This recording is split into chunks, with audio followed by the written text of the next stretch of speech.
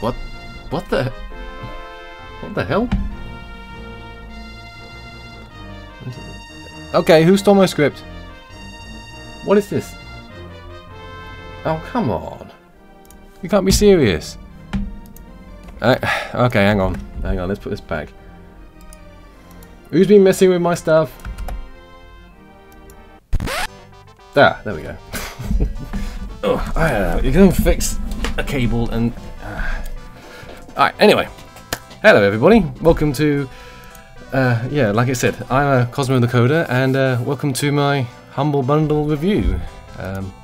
This week we are looking at the Star Wars Humble Bundle 3! Yeah, okay, that's really put me off for that one.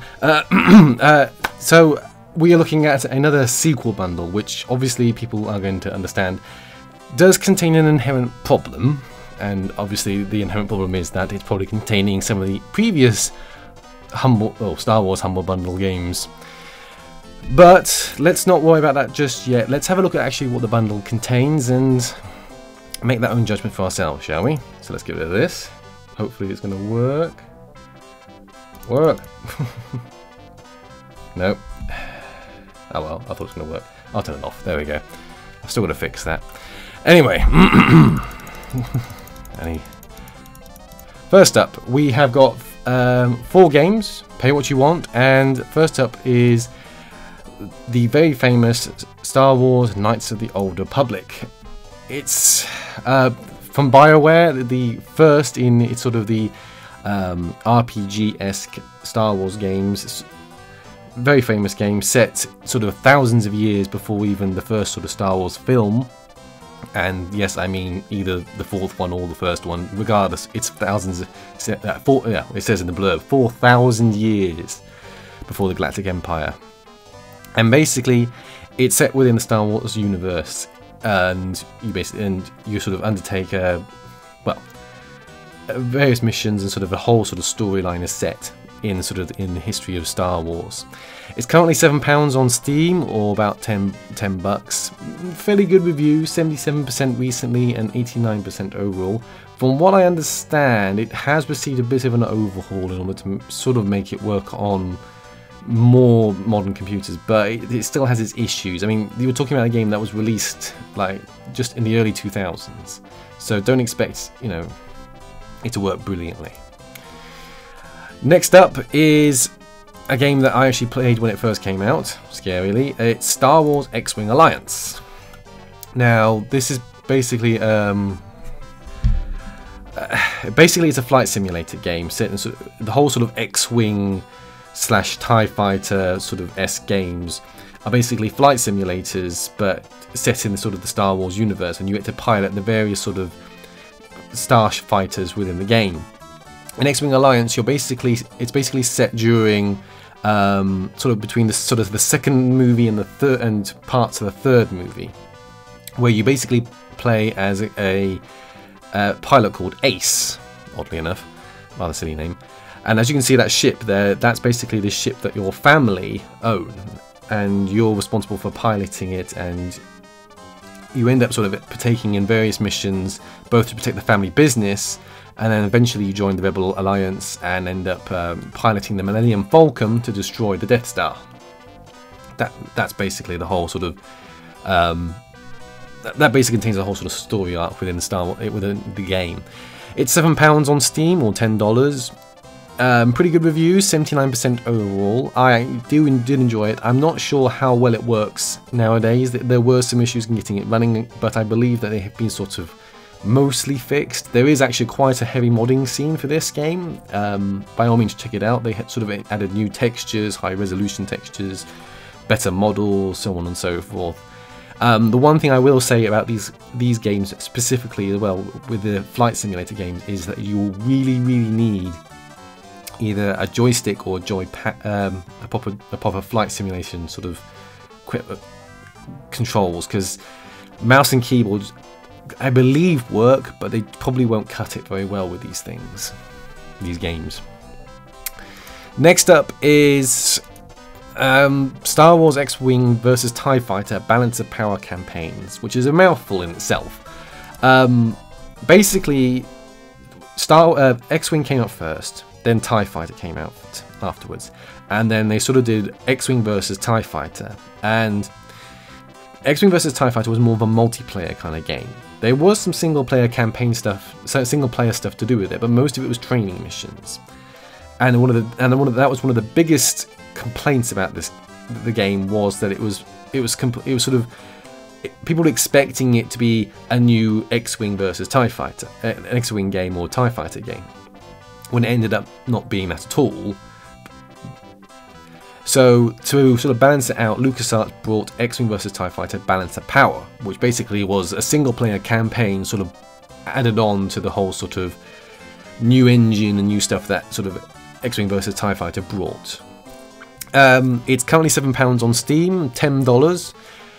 The reviews are okay, $70. It's dated. It is a dated sort of flight simulator game, so don't expect too much from it. But it's it's if you're sort of into the whole sort of flying around in Star Wars universe, in TIE Fighters, X-Wings and so forth, definitely a good game to sort of go into. Alright, green tier. So pay more than the average amount to get the first 4 games, and these games. Oh, hang on. I've missed one. Whoops. I'm just looking at my list. Sorry about that. Rewind. Blah, blah, blah. Right. The 4th game in the white tier is Star Wars Galactic Battlegrounds Saga.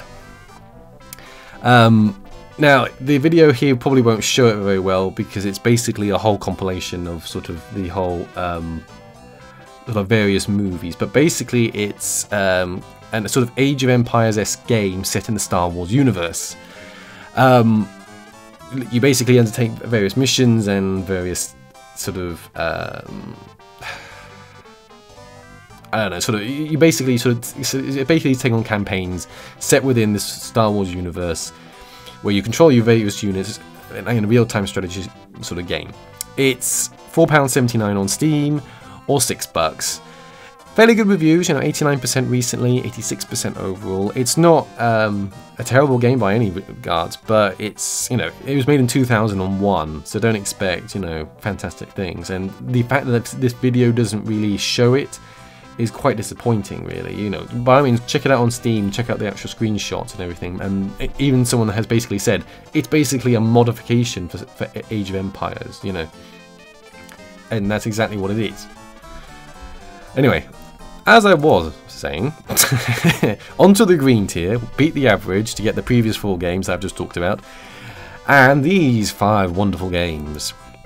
First up, we have Star Wars Battlefront II, the game that sort of Star Wars Battlefront, the one that was released like a year and a bit ago, is sort of basically the newer version of. It's basically a multiplayer-esque game set in the Star Wars universe, where basically you take on various classes and various characters from within the Star Wars universe and battle it out in a variety of different battlefields and areas, all known from the movie and so forth. It's basically what the new Star Wars Battlefront is emulating. It's currently £7 on Steam, or $10. Really well received still to this day, 87% recently, 90% overall, and 78% on Metacritic. Dated it may be, but it's definitely a game that is worthy of being mentioned in the Star Wars sort of universe of games. Now, next up is a game that I know quite a fair bit about. Star Wars Jedi Knight 2, Jedi Outcast. Now, this is basically part of the Dark Forces-esque games with the character Kyle Katarn. And in basically the first game, you're the sort of the guy that went and stole the Death Star plans, and that's what the game is usually about. And basically, it's a first-person shooter game that you went around and shoot stormtroopers, sorry, and took part in sort of the Star Wars universe. In Dark Forces 2, you become a Jedi. You gain access to a lightsaber and get to run around and chop and attack and fight other Jedi, or Sith, or whatever you want to call them. And that was pretty nifty. This sort of took it up to a new level. Because if you look at Dark Forces 2, you can see how sort of jagged and sort of polygony the models were. This was built in the Quake 3 engine, and as you can see from the screenshot, although it's very static, it's very very close to exactly what the game actually looks like. It was very impressive, all things considered, especially considering the time, the time that it came out. Essentially, it is, if you want to go running around fighting other Jedi Masters, other Sith, whatever you want to call them, people use the Force, attacking stormtroopers, various other things. This is the game for it. It's set after after Return of the Jedi. Of course, whether or not you can actually say it exists anymore due to Disney's sort of reinvention of Star Wars, then I'm not even going to start getting into that kind of debate. But it's definitely a really cool game to play. It's by Raven Software. It's the quality. It just oozes quality. It's a very fun game to play. It's currently £7 on Steam or $10. Good review, 79% recently, 91% overall, and 89% on Metacritic. I can heartily recommend it. Definitely worth a game checking out. Moving along, we're going to Star Wars Starfighter. Now, this is again another flight simulator game, but it's kind of more of a more console-esque ones, because this is kind of heading towards what I suppose LucasArts thought was the time to sort of try putting various games onto console, and now this is and then eventually onto PC. This is basically a flight simulator, but a very simplified flight simulator compared to things like XWing Alliance and X-Wing versus TIE Fighter. It's basically set during the Star Wars Episode 1, where you're basically a member of the sort of the Naboo pilots that has to fly around and take part in various campaign missions to protect the planet of Naboo. £4.79 on Steam, or about $6. Not greatly received. 47% overall. In general, it's just rubbish, basically. If you read the reviews on Steam, it's basically the general idea is that it's not got much plot. The story's not interesting, and it doesn't really play very well. Next up, we have the sequel to Knights of the Old Republic in Knights of the Old Republic 2, which is also £7 on Steam or $10. Now this actually is a sort of how do I actually explain this?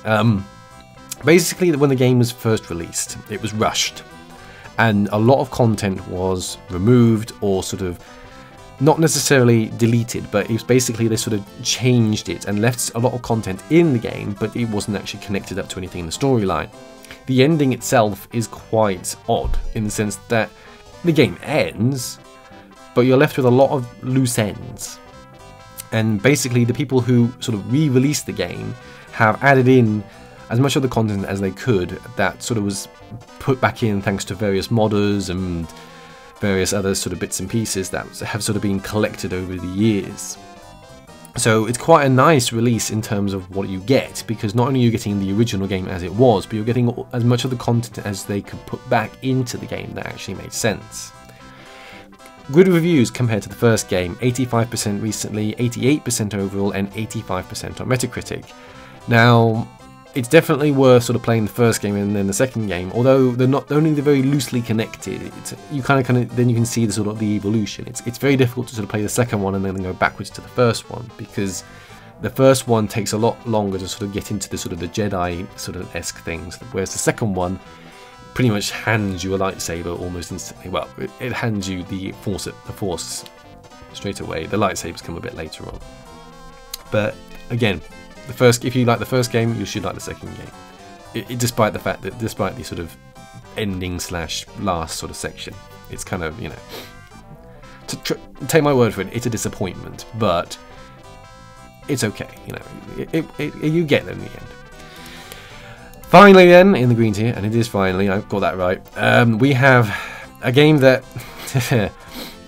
is basically a sort of on-rail sort of shooter game / flying game / I don't know what you want to call it. Star Wars Rebel Assault 1 and 2 is currently £7 on Steam or $10. Basically, it's set during various aspects of the Star Wars sort of, I want a chronology, if you want to sort of, and you basically take part in various sort of action scenes where you basically get to fight and take part in various missions during the sort of the episodes 4, 5, and 6.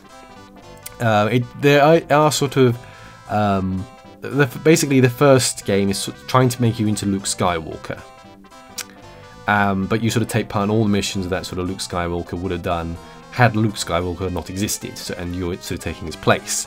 Rebel Assault 2 is a completely different, a completely sort of original story, and you sort of end up doing searching for something for sort of Imperial craft that have this cloaking technology.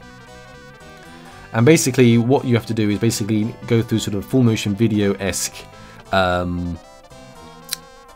sort of, I suppose, missions or levels, if you want to call it that, and sometimes piloting a ship, sometimes sort of taking cover and shooting different stormtroopers or different enemies. It's basically an on-rails sort of shooter-esque game. The controls are horrible because it was sort of made sort of early 90s. I mean, we're talking ancient kind of game, but it's definitely a fun game just to see how terrible it actually is in some ways.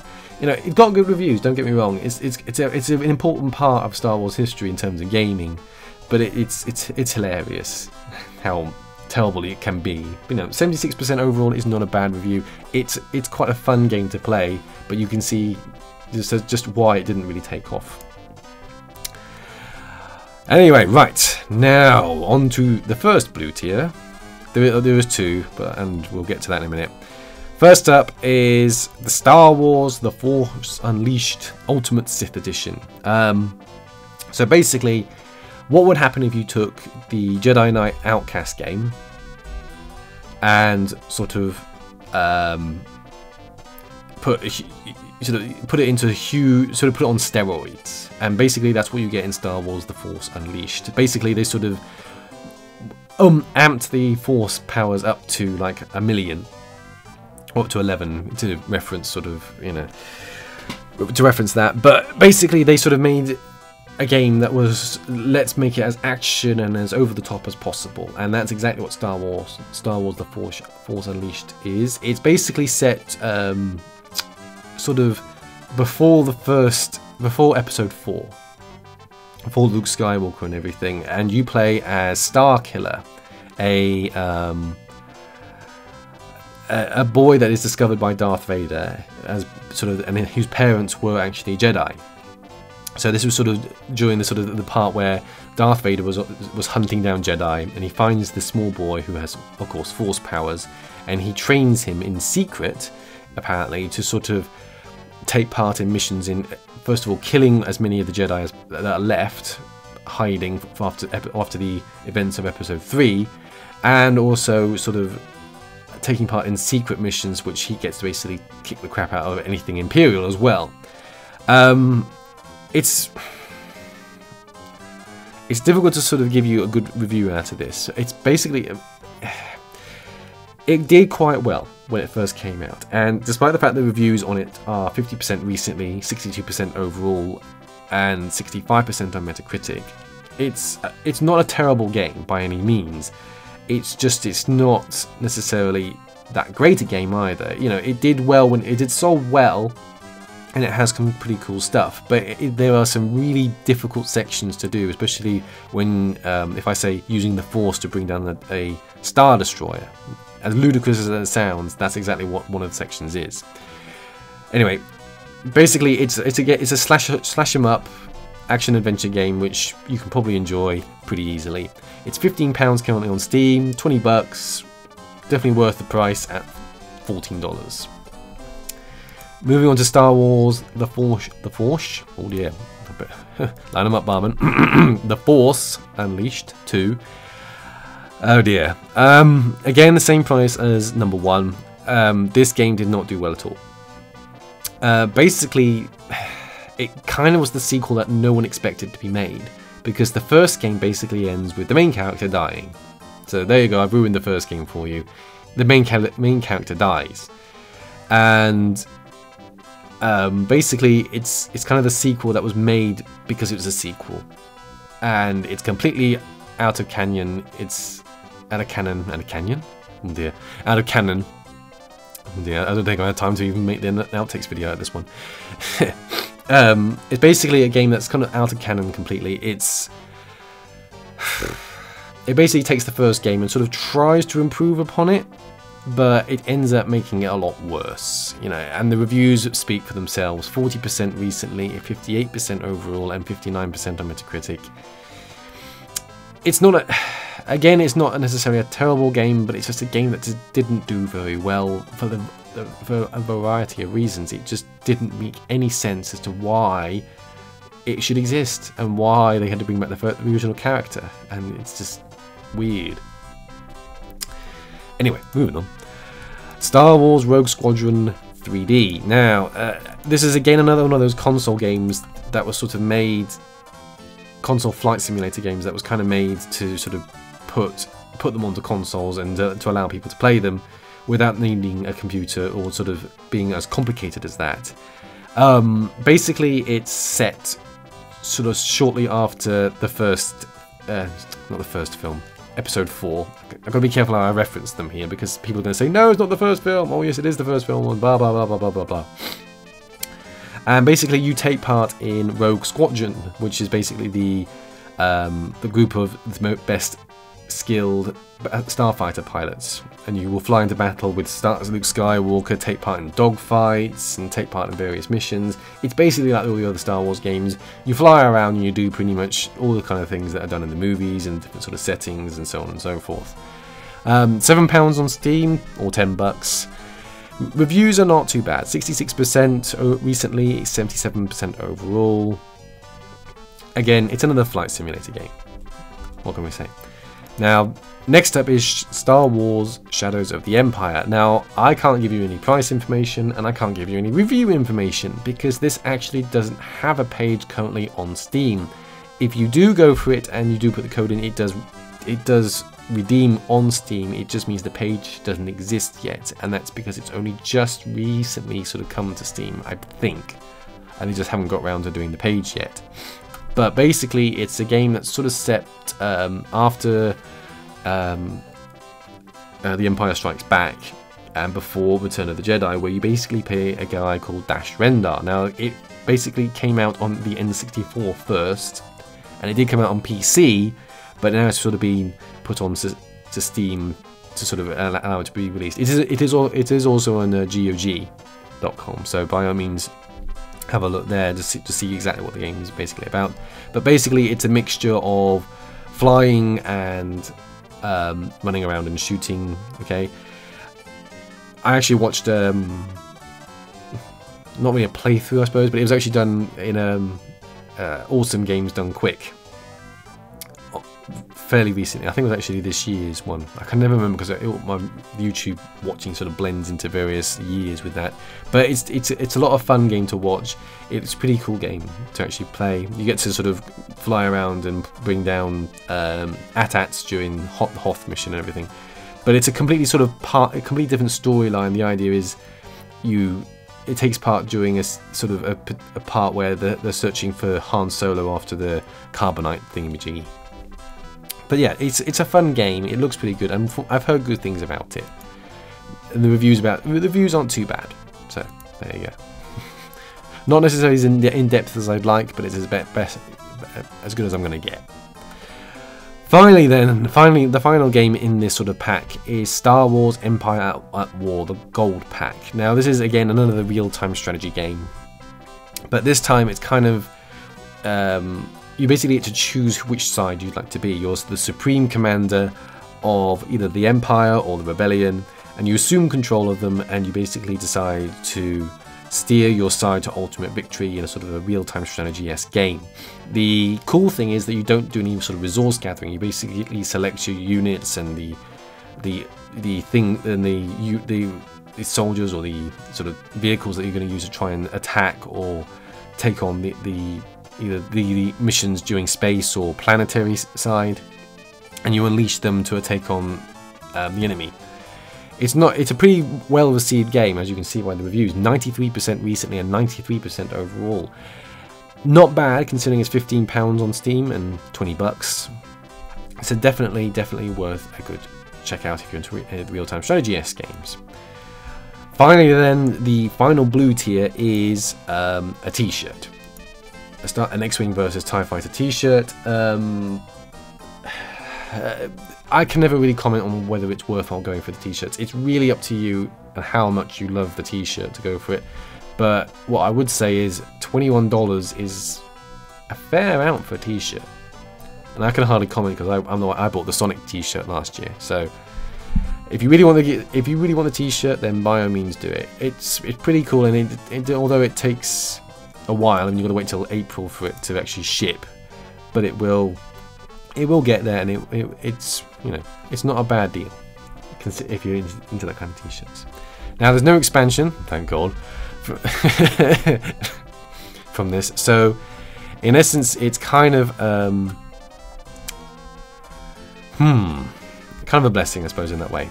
Now, what do I think about this bundle? Well, like I said, the biggest problem with this bundle is that it contains games that have been in the previous Star Wars bundles. Now, that's not necessarily a bad thing if you've missed the previous bundles, but if you are someone like me who bought the last bundles, then you're kind of looking at them, scratching your head, saying, well, what was in the previous bundle and what isn't in the previous bundle? What was in the previous bundle, what isn't in the previous bundle? And basically, the only things that weren't in the previous bundles were the previous bundle was the Force Unleashed games, 1 and 2. Starfighter wasn't in it.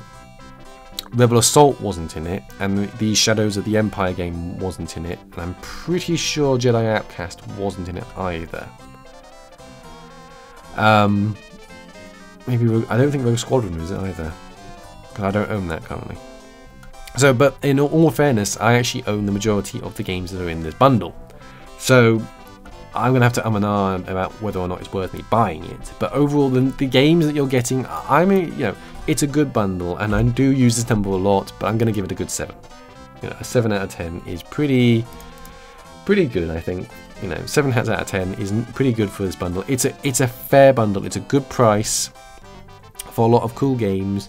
And if you're into Star Wars, then you're laughing, really. You know, okay, some of the games you might struggle to play, like the XWing Alliance and XWing versus TIE Fighter, if you've not got the equipment on your PC to do it. But in general, you've got first-person shooter games, you've got third-person shooter games, you've got RPGs, you've got, you know, you've got a large variety of different sort of things to play. I like it. It's a nice bundle. Definitely worth checking out if you're into it at all. Now, as promised, from last week, and from the humble Bandai Namco Entertainment Bundle too, and yes, I had to practice that a few times so I didn't say Bando. We've got 2 new games, which unfortunately I have forgotten to put into the actual typer, but I'll talk about them anyway. First up is a game called Attractio. At least I'm assuming that's what it is. It's currently £15 on Steam, or $20. It's basically, it's kind of like Unreal Tournament, but set in a, I'm trying to think of a game that where the gravity sort of changes all the time. It's basically a game about a live TV show where men and women risk their lives to sort of part of a reality TV show where they sort of try and solve deadly puzzles, and so they can actually sort of leave their lives to win fantastic prizes, or, you know, basically it's a plot line that's been invented to try and around the game. It's pretty well received, 80% overall.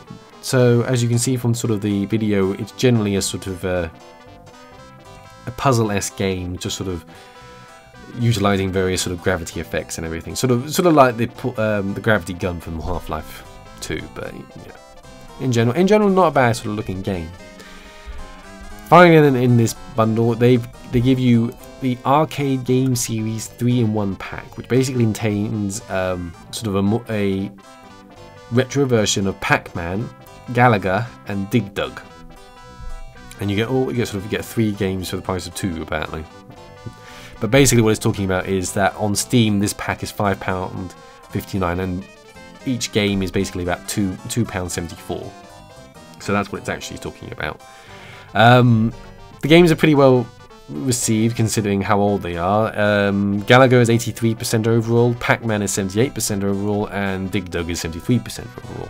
So they're all quite highly rated games, and you know, in general, it's the old-style Bandai games or Namco games, because of course it's Namco, isn't it? Because Bandai took over Namco. Duh. Anyway, so that does complete the Bandai Namco bundle. Now, what do I think about this game? Well, I was a bit sort of, last week I was a bit sort of, because it's an extremely eclectic kind of mix, and you know, you're getting a very anime sort of style games, RPG slash sort of boss fighting games, you get a car game, you get a not so great multiplayer-esque game. Pac-Man 256 was quite good. Sadly, I think I'll have to stick with my score, because I left it up there anyway, and to leave it about 7 out of 10. Again, it's a nice bundle. It's got a lot of different diversity in it. Whether or not you want to actually guess it or not, and that's my wife asking me where I am, is really up to you and that kind of thing. I like the bundle. I own a fair amount of the games. I'm probably not going to get it because the games I do own I'm quite happy with, but in general, I'm pretty happy with the bundle. It's a nice bundle. And that, my friends, if it actually loads, come on. Where are you? Oh, come on. There we go. Oop. No. That's not right. Oh, yes, it is. Okay, and that, my dear friends, is it from me for another Humble Bundle review. As always, let me know what you think in the comment section below. Like and subscribe for more videos from me, including more bundle reviews and at some point me playing games. As long as I don't run out of time, which I almost have. I've been Cosmo the Coder. Thank you guys for watching this rather long video. Sorry it took so long, but there was a lot of games to go through in these bundles. And I shall see you next time for more Humble Bundle reviews. Till next time, happy gaming. Oh, and I pushed the wrong button.